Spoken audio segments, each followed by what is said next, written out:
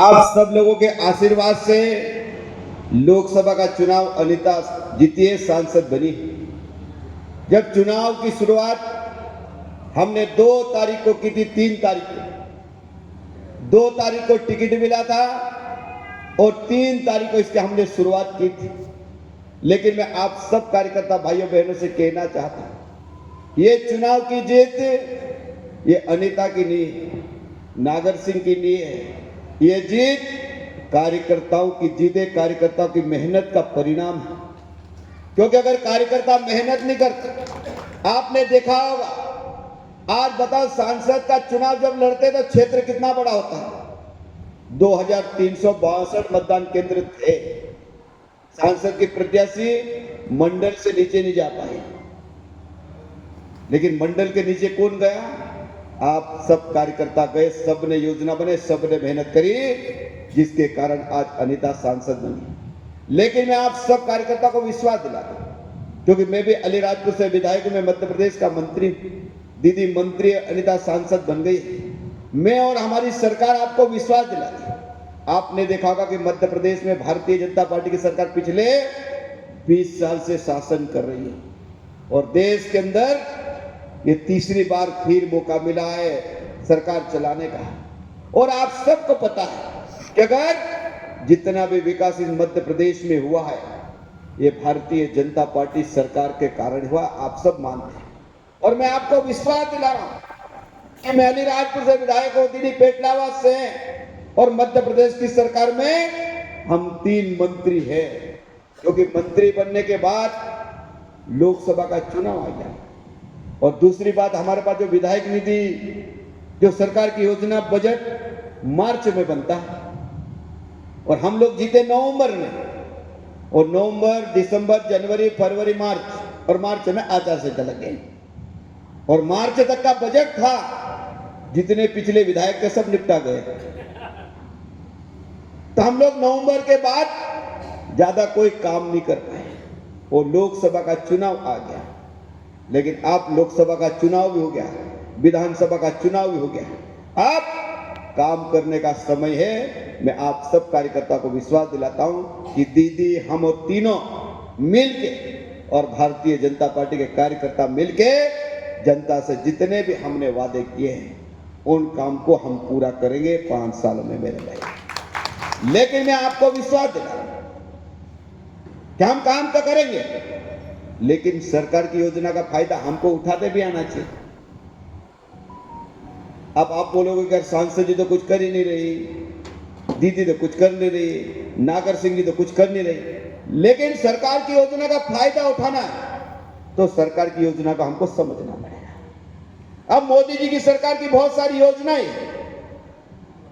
मध्य प्रदेश सरकार की बहुत सारी योजनाएं, हमारा कार्यकर्ता और आम व्यक्ति हर योजना का लाभ लेना चाहिए। अभी मैं अलीराजपुर में बैठा था, सुबह सुबह तो एक व्यक्ति कोई अब निशान दिखा, तो मैंने कहा वो बाईपास हो गया क्या? बोले भैया हाँ बाईपास हो गया। मैंने कहा कब हुआ? मेरे को पता ही नहीं। तो उसने कहा कि भैया 2 साल हो गया है। बोले पैसा मैंने कितना लगा? बोले 4 लाख रुपए लगा। तो मैंने कहा आयुष्मान का लाभ मिला कि नहीं? बोले भैया मैंने आयुष्मान के लाभ के कारण मैं आज जिंदा हूं।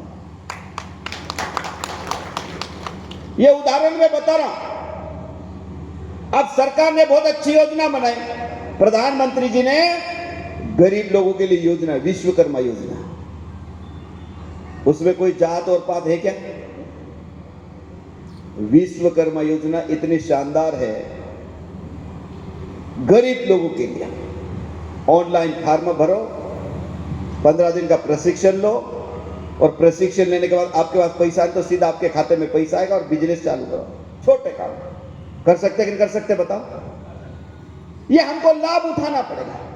अगर जब तक हम सरकार की योजना का लाभ नहीं उठा पाएंगे, नहीं समझेंगे, नहीं सीखेंगे, तो निर्मला भूरिया जी, अनीता मेरे बनने का कोई मतलब नहीं है।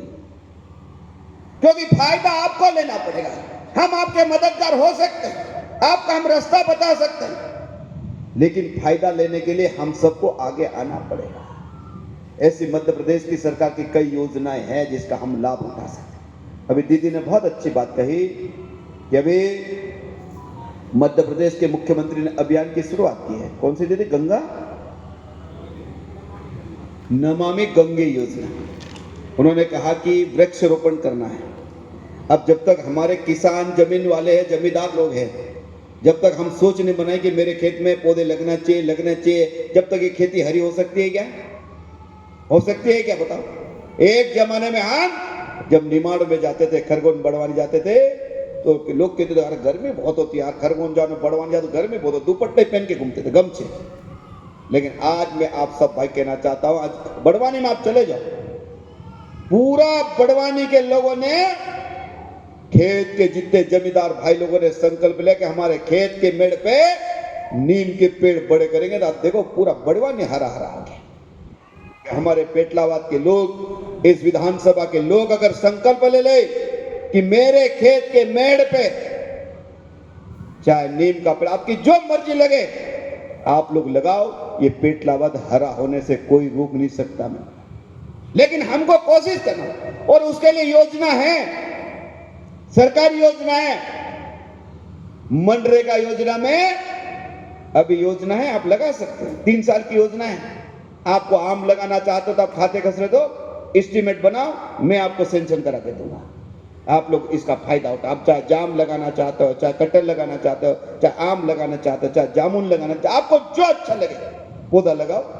3 साल की योजना, आपको फ्री में पौधा, आपको लेबर का पैसा भी मिलेगा। 3 साल तक योजना चलेगी।